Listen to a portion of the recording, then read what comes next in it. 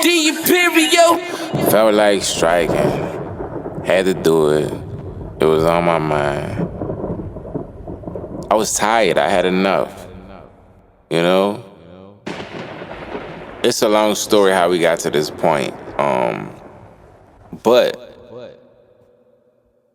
I had it up to here. I had to finally say something.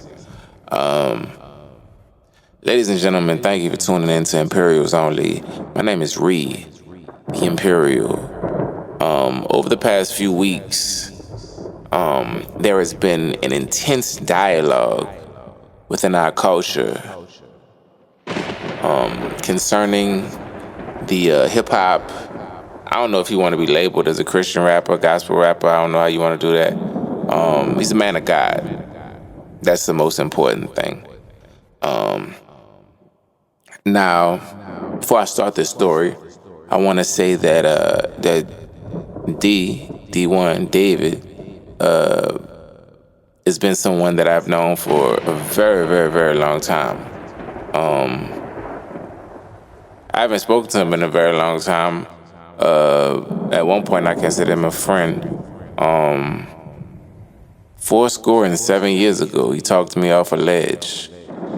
Not an actual ledge, like I wasn't about to jump off a building and kill myself, but I was definitely about to crash out. And I needed somebody positive to talk to. He was definitely one of those people. So salute. But over the years, and I say that, you know what I'm saying, he's somebody I've been knowing for a minute because that's very important to the story. Over the years, as his career has, the trajectory of his career has, gone up over the years as it should, it seems as if he is extremely, some people will call it clout chasing, extremely judgmental. It's a lot. It's a lot to unpack with Dee-1. You know what I'm saying? He stand on what he believes. He's very rooted in his Christianity and his religion. And he's not taking anything else. He doesn't take this lightly at all. So, fast forward. Over the years, Dee has been just doing everybody you can potentially name in hip hop. He's then called them out and addressed them on what they could be doing better in their lives and how they can be more in tune with Christianity and with God and get on the right path. And he's ruffled a lot of feathers. He's offended a lot of people. He's upset a lot of people. Now, granted, that man feel how he feel. He feel like we can all do better in hip hop. It's a lot of glorification of murder and violence, and more recently, our women, which should be protected at all times. But it's keeping our beautiful black women covered up, keeping our queens covered up. So a couple of weeks ago, maybe like over a month ago, he was featured on this Memphis Bleak podcast, and he made a statement saying that a lot of our favorite rappers were currently burning in hell. And that's when I threw the flag in. That's when I said, wait a minute, hold your horses. Right? I love you, D. You know what I'm saying? You the homie. I really respect what you stand for. But some things, if you don't have nothing nice to say, don't say it at all. So, I really felt the way. I would like this. The spirit really moved me to say something about that. So I took it to social media, right? Now, once again, I told him, I respect everything you do in the community. However, you can't just be judging people, man. You can't be telling people they in hell, man. There's only two ways you know somebody is in hell or have been to hell. It's if you've been there or if you God. One of the two, one or the other. So I took it to my social media. I call myself, I say, look, if he want cloud chase, fuck, I want cloud chase too. You hear me? Anyway, I digress. So, yeah, I posted it. I actually was looking for a response back. I guess I didn't have enough followers. I guess I didn't have enough clout. I guess I'm not that popular for him to like legitimately respond back with a video. He responded back with a paragraph. Wasn't quite what I was looking for. I really felt like he could have answered my question more in depth.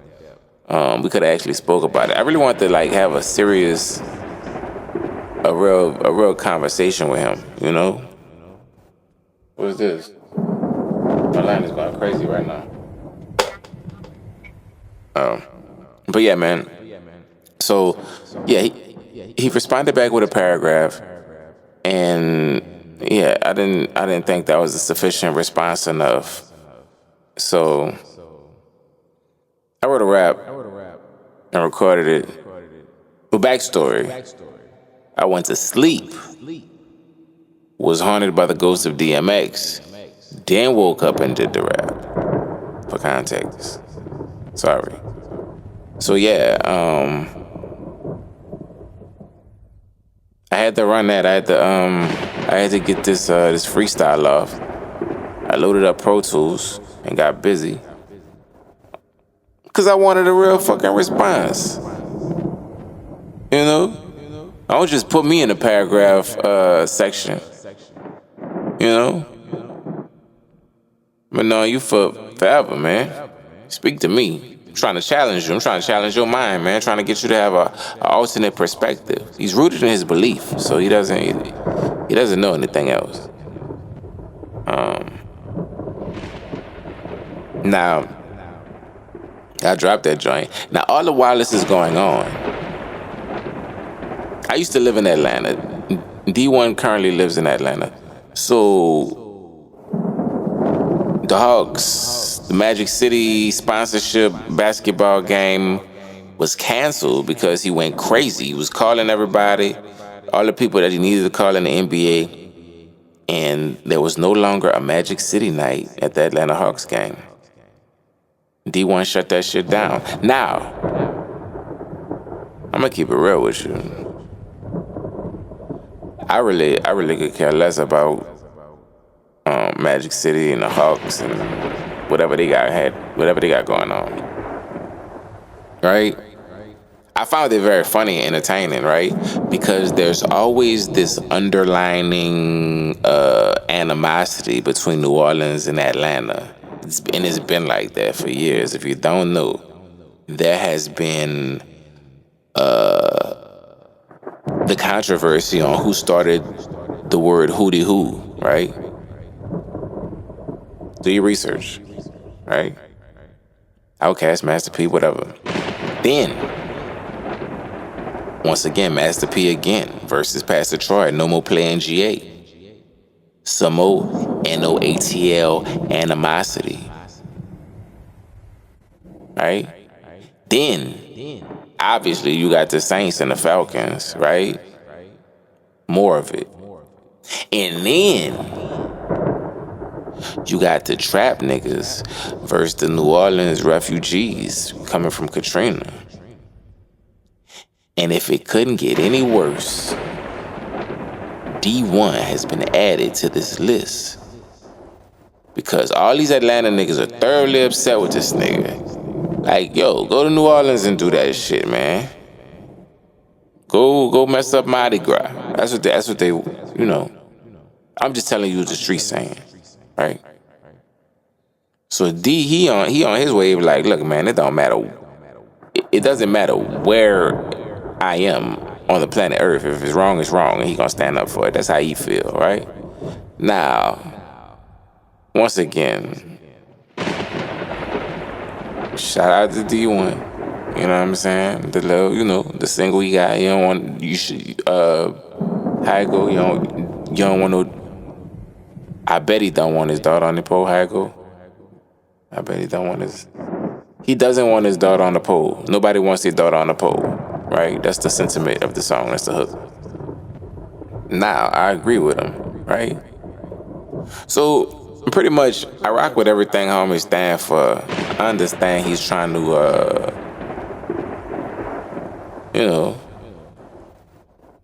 stand for something and follow his beliefs. Only thing I ain't agree with was the hell comment. The hell thing I was really upset about that. That's why I had to come out with the raps. Once again, it wasn't me. I was haunted by the ghost of Earl. And yeah, it was just so for me. There's a fine line between, like, okay, so he's an artist, but then he's also a Christian preacher, whatever, right? Whatever you may deem as, whatever you call him, right? So the thing with that is, as an artist, you're constantly in promotion mode and selling yourself. You always have to advertise when you're an artist, right? Also, being an artist allows you to have a unique perspective because you look at things differently than the world may see it, right? And then when you're religious or you have a certain belief, you are rooted in that belief, and that is what you believe. I think it's kind of weird to have to try to sell somebody on God. Number one, with hell being the selling point, right? But then two, selling a person on God, but it being, how do I say this? Attaching a product at the end, right? Like, just imagine if somebody's trying to tell you about God and then they immediately go to a commercial break. It's like, what? Whoa, what's going on, right? So, to me, it's a little questionable, right? Every time I see him find the problem that he finds within society and then tries to address it in a Christian manner, and then immediately after, he attaches his album rollout or the song that he got out, it's attached to the video. So that's a little crazy to me. And that's what I think a lot of people see. I don't know if he's aware of that. That's kind of, I'm sure he's aware. I'm sure he's aware that he does it, but I don't know if he's aware that we see that as, you selling something? What you selling, all right? So that has been the topic of the discussion for the internet as of recent. He's been banned from multiple strip clubs. He's been featured on multiple podcasts. Shout out to Ray Daniels, shout out to Big Bank, shout out to Duct Tape Entertainment, right? And it's this has just been a very interesting topic. And I came outside the rap weeks ago before this it's just going up some more. It's going up more and more and more. And my thing is, if you're gonna promote the single and do the strip club thing, this is what I'm thinking, right? You gotta be more Christ-like, D. You gotta be all the way more Christ-like. If you really want to shut the strip club down, you're not gonna get anywhere by just shooting a music video in front of the strip club. let alone across the street from the strip club. That's definitely not gonna get the place shut down, right? Now, if y'all recall, many of you guys read the Bible, and Jesus went into the synagogue and he saw that everybody was playing with him. Everybody was playing with the name of God. And he was extremely upset, and he just went in there and just tore everything up. He was flipping over tables and ripping up stuff, right? That's what Jesus did. This is in the Bible. Check this out. This is documented if you're into that sort of thing. So my suggestion to David is, bro, when you go in there, you gotta fucking dismantle the building from the inside if you really want to make an impact, right? Shut that shit down for real. Kick the door down. Stand on top of the building. Break ATM machines, right? I mean, if you standing on business, as I feel, really what we could do, and I get in the car with you, right? We could find some Bibles. Just get like hella Bibles, right? And just go in there and just hit every stripper in the forehead with a Bible. Just swag. Swag. Just swacking them. The power of Christ compels you. Right on the forehead. Right? These are quick solutions. This is a quick fix. It's an easy thing to do.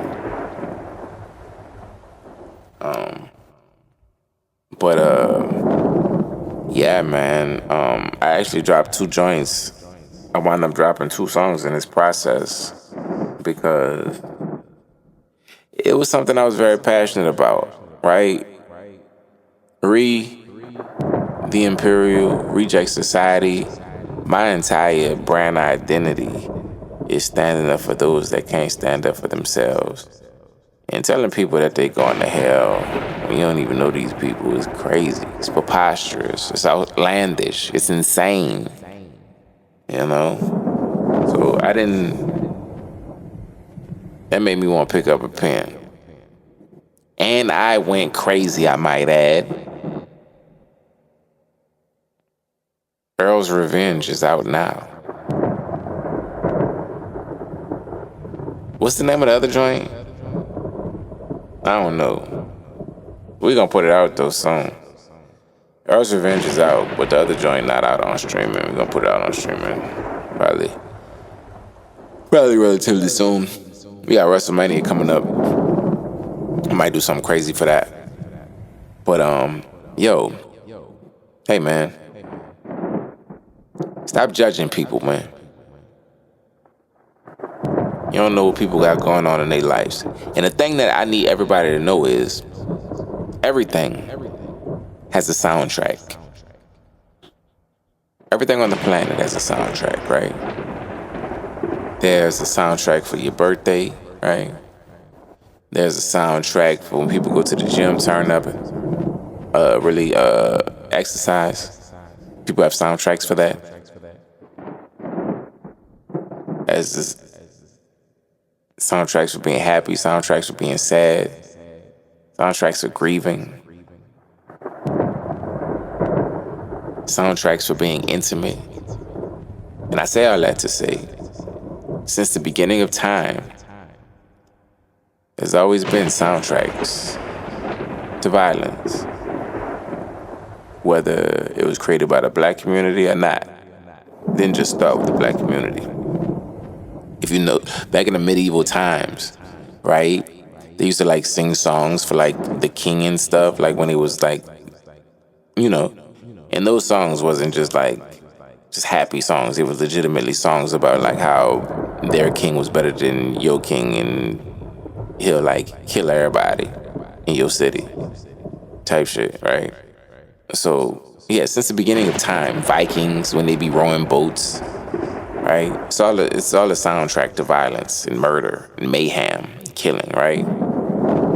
So since the beginning of time, that has been in effect. In addition to lust stations, if you will, brothels, strip clubs, wherever, you know, whatever those type of girls hang out at, right? So my thing is, instead of like trying to focus on shutting those institutions, those synagogues of Satan, if you will, instead of like just trying to shut them down, he said he had $1 million in the bank. I think you should utilize those funds to create your own institution. That's what I said in one of those records, man. You gotta build some schools, man. Really build some schools. Building schools is on the bucket list. Yo, if you get money, if you got some money, if you really got some money, you trying to change some shit, build a school, my G. Yeah. But you gotta stop judging. Only God can judge you. Only God can judge me. Only God can judge us. Alright? But man, I was really prepared to come outside, man. I was outside for a little second. I normally don't come outside, but I really was compelled to just write some raps. You know? If I didn't know him, if I didn't feel the need to, like, if I wasn't passionate about what I was saying, I wouldn't even came outside, you know? But I was. Another 24-hour turnaround time, you know? I know he heard it. I don't know if he, I don't know if he's applying what I said to his life, but I know he heard it.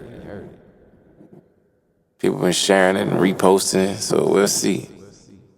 I know he's not gonna respond. Well, so I'm gonna keep it real. I thought he was gonna respond to me, but then my homie told me he wasn't. Cause I'm not that big of an artist yet. But fuck all that, you know what I mean? But yeah, man. I would really like your opinion on this, guys. Is Dee-1 too judgmental for hip hop? Is he right on point? Is this healthy? Cause I feel like when you create music, right? Let's just say you're a stone cold sinner, right? Murderer, gangbanger, whoever, whatever you type, whatever you on. If in the beginning was the word, and when you're creating, you make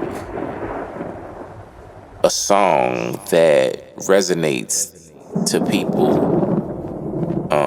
hopeless people in poverty, people really going through it. If a person with sin, a sinner, creates an inspirational soundtrack for someone to live their life to, something that's motivational, that can uplift them, and that can propel them in their life, are they worthy of going to heaven? If your music can speak to the soul and touch generations, and you can be relatable, and people can live their lives, there's a mindset attached, a divine mindset attached to what you have going on. Should you get a pass to go to heaven? Can you get a pass to get into heaven? Right? It's a real question. These are real questions I have. Jada Kiss, why? You know? But yeah, let me know. I'm curious. I can tell you what I think. But I tell you what I think. I think what if rappers was preachers and preachers was really rappers? That's what I think. But let me know. But look, hey, tap in. Share, like, subscribe. No lames whatsoever. Imperials only.